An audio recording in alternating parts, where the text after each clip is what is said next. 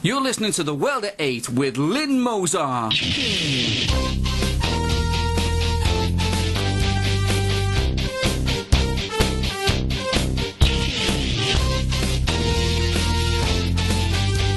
World at 8, the number one in nationalist news. Highlights of the news today, Friday, the 8th of June. Sexual exploitation of white girls is problem in Asian communities, claims prosecutor. Euro 2012 boycott will make no difference, says Ukraine. Bus driver turns away young girl because she was 20p short of £5 fare, which left her walking into the arms of her rapist. Report from the belly of the beast with Nick Griffin MEP, Euro crisis is deepening. French economy slowing and German exports dropping. Spain to request aid for banks this weekend as government bonds downgraded. The West is looking for an excuse as Syrian fighting escalates. Thought for the day, the Charlene Downs appeal. Finally, you cannot have an N in the woodpile anymore. UK News. Sexual exploitation of white girls is a problem in Asian communities, claims prosecutor. It has taken a Muslim to acknowledge the growing problem in the UK that sexual grooming exists within the Asian communities, and moreover to be reported in glowing terms for doing so.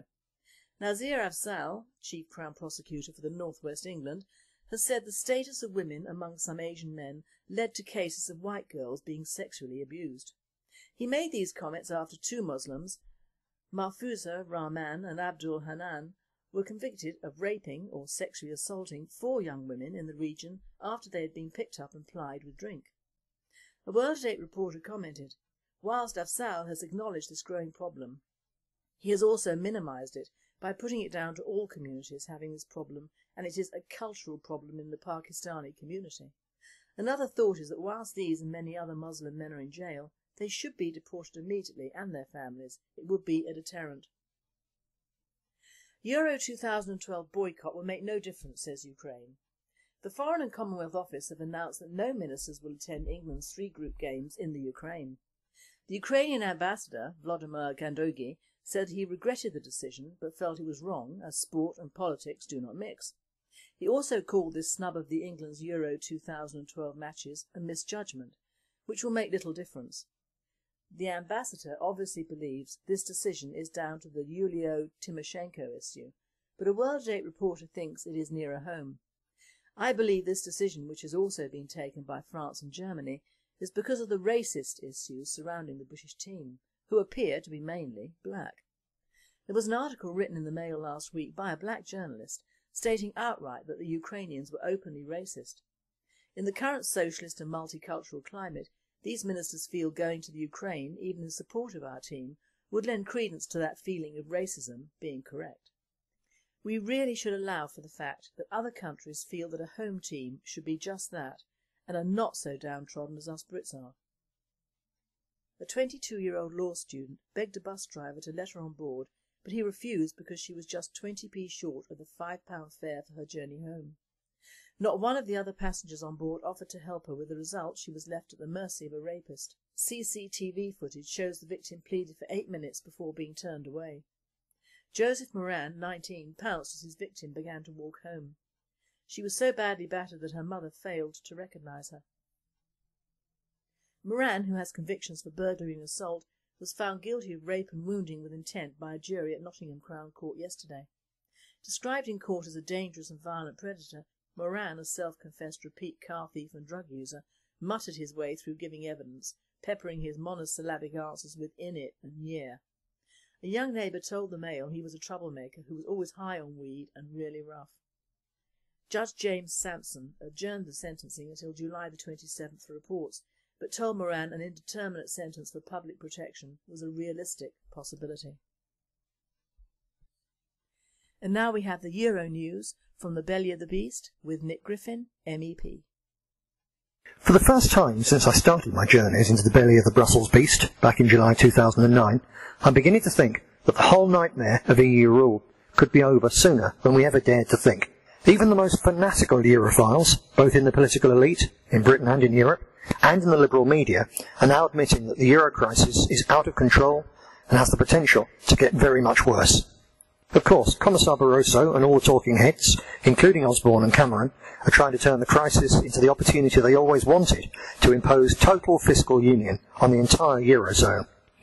But with Spain's debt bailouts now estimated to end up needing 450 billion euros to sort out, it's virtually impossible to see where they can find the money, especially as there will have to be more bailouts for Greece, Portugal and Ireland, followed by Italy, Belgium and in due course France.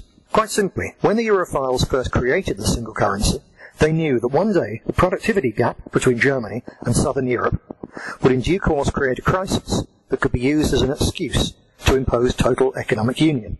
That was their plan from day one. But they envisaged Germany shelling out to cover the relatively minor debts created by this trade imbalance. They totally failed to foresee that the pre-planned beneficial crisis would end up being rolled into the debt apocalypse that has been produced by the ongoing collapse of the entire toxic banking system of the Western world. So Germany doesn't have the money to pay for the mother and grandmother of all bailouts now required. Even if she did, there is zero chance of German voters allowing their political elite to blow their hard-earned savings and post-war economic stability, which in the wake of what went before is the foundation stone of modern Germany's identity and self-respect, on saving a southern Europe whose peoples in turn are likely to take up arms rather than accept the humiliation and austerity that would come as their part of the deal to turn them into German protectorates. Of course, the economists and the political pundits try to make it all too complicated for us ordinary folk to understand, so that we leave it to the experts. But the truth is that it's really very simple. The planned federal European bailout is impossible, because there's neither the money to pay for it, nor the ruthless political will or the popular willingness to enforce it. The project cannot be completed, but neither can it stand still. So, either the political elite will continue to waffle and fiddle around until it all collapses under the weight of its own inherent possibility, in which case it'll probably take the whole European project down with it, or they will try to impose it and spark off a popular rebellion in southern Europe that will end up with them being lucky to escape swinging from the lampposts of Brussels. I don't know how long it'll take, but I can't now see any other way for this to end. In the words of the ancient Chinese curse, we live in interesting times. World news. The French economy is slowing and German exports are dropping. The Bank of France has cut its forecast for the French economy as a number of sectors decline and begin to contract as French unemployment hits 10%. Germany, one of the few Eurozone countries still showing signs of growth, watched as exports fell 1.7% in April and their imports fell 4.8%.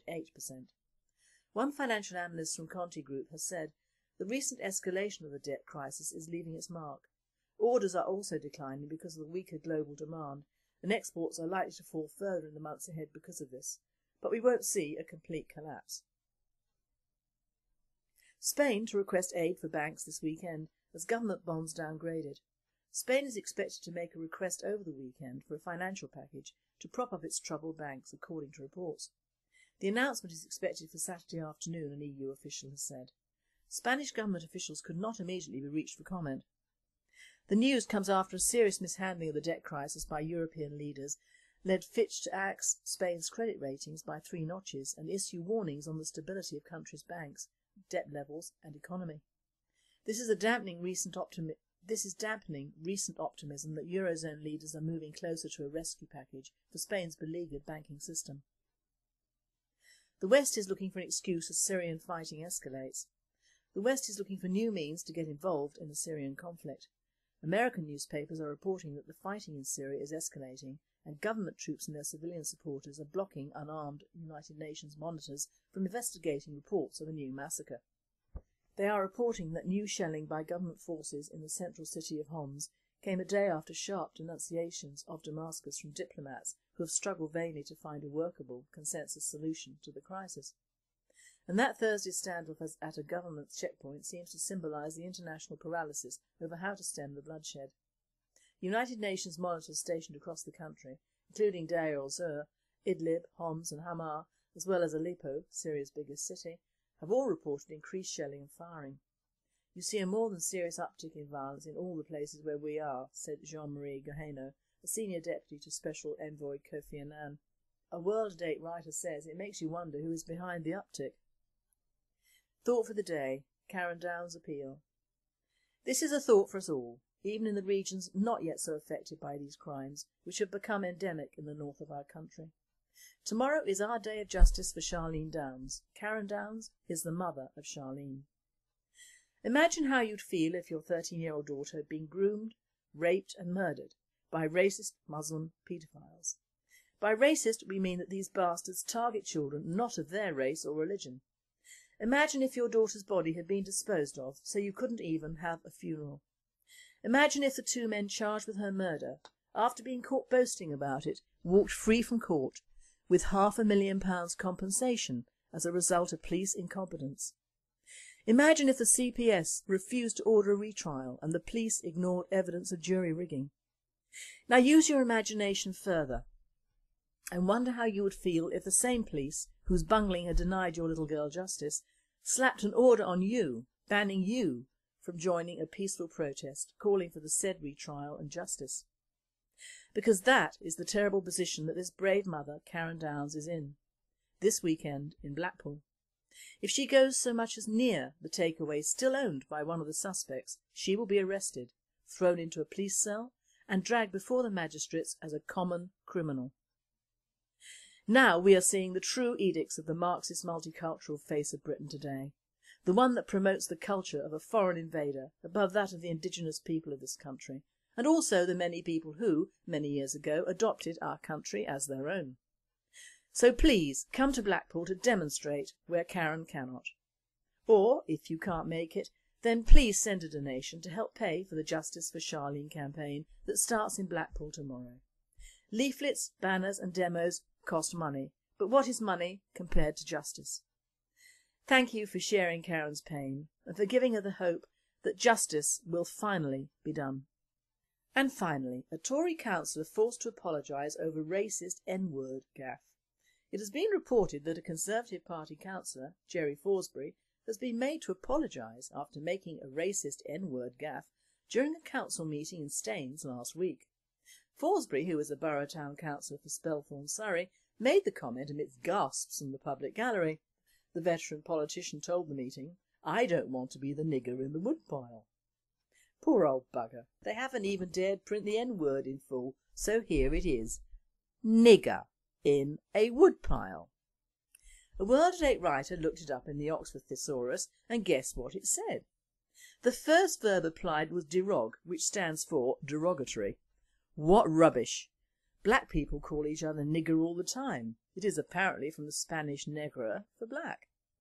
I always thought that the origins of this now naughty word were the river and country Niger in Africa, which even the BBC now pronounce Niger instead of Niger, which isn't so far removed from nigger.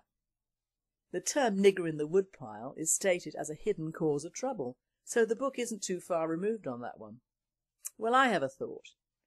If you do not call us white, racist Nazis and worse, I will not call you niggers. Is that okay? You have been listening to The World at 8. I am Lynn Mozart, and I and the team at Radio Britain wish you all a very good night, and we hope that we see all of you tomorrow, the 9th, in Blackpool. Thank you.